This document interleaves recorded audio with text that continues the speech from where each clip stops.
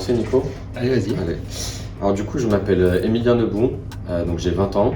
Je suis actuellement en B3 chez Eclia Business School, en alternance sur un parcours de responsable de développement commercial.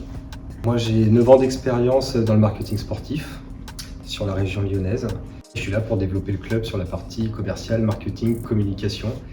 Villers-Urban Handball, c'est un club qui a le statut professionnel, qui évolue cette année en Pro League. C'est un club qui compte à peu près 350 licenciés, qui a des équipes au plus haut niveau dans les équipes de jeunes, qui est d'ailleurs reconnu pour sa formation. Et le projet, c'est de structurer ce club sportif pour faire rayonner la métropole au plus haut niveau. Je vais parler de missions un petit peu plus larges puisque c'est extrêmement divers. Ça peut passer sur du marketing comme sur du commercial comme sur un petit peu d'événementiel. Après sur le papier je suis responsable billetterie. Après l'axe principal de mes missions c'est développer la popularité du VHA, pouvoir remplir la salle. Le VHA est un club qui se structure, donc derrière une structuration il y a un projet. Et quand on est sur un projet, ce qui est intéressant c'est de le démarrer.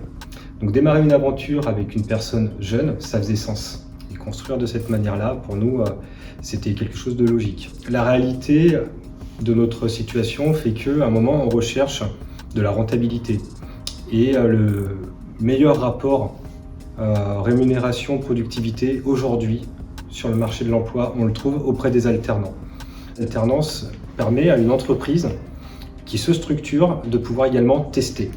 Et on a en gros une période d'essai sur le long terme qui nous permet de pouvoir apprécier la rigueur, le professionnalisme et l'esprit d'initiative de la personne avec laquelle on travaille. Et donc de pouvoir s'inscrire sur du long terme avec elle. Donc pour ces trois raisons-là, on a fait le choix de l'alternance. Donc moi je suis plus jeune évidemment puisque Nico a quasiment le double de mon âge. Jeff a 34 ans donc forcément je gagne en maturité. J'apprends aussi en expérience de vie, tant sur le côté professionnel que humain. Et après c'est enrichissant parce que forcément il y a des parcours de vie et professionnels qui ont été différents, sur notamment des projets qui peuvent m'intéresser ou pas, mais en tout cas sur lesquels j'ai envie d'apprendre. Donc forcément écouter des expériences qui peuvent être différentes de la mienne, c'est forcément enrichissant. Et à notre niveau, c'est pareil. Quand il y a une différence d'âge, il y a un écart générationnel, il y a une culture qui est différente et on apprend toute la vie. Et en ce qui me concerne, moi je trouve ça très enrichissant en fait de savoir aujourd'hui qu'est-ce que pensent les personnes qui ont 20 ans, d'avoir sa vision à lui du rapport aux autres, la façon dont il communique et la façon dont il perçoit les informations. Il a une manière qui est différente de la mienne parce que on n'a pas été élevé de la même manière. Il y a 40 ans et il y a 20 ans, c'était pas pareil.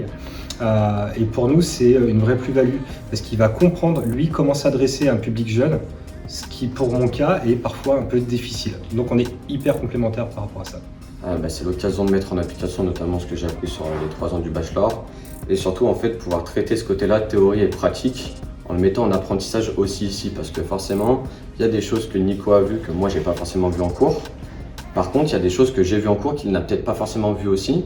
Et du coup, comme il l'a dit avant, il y a aussi ce côté-là de complémentarité où on va pouvoir mettre en application notamment des cours de marketing, des cours de com, des cours de technique de vente, etc. Et on pourra réaliser l'émission ici.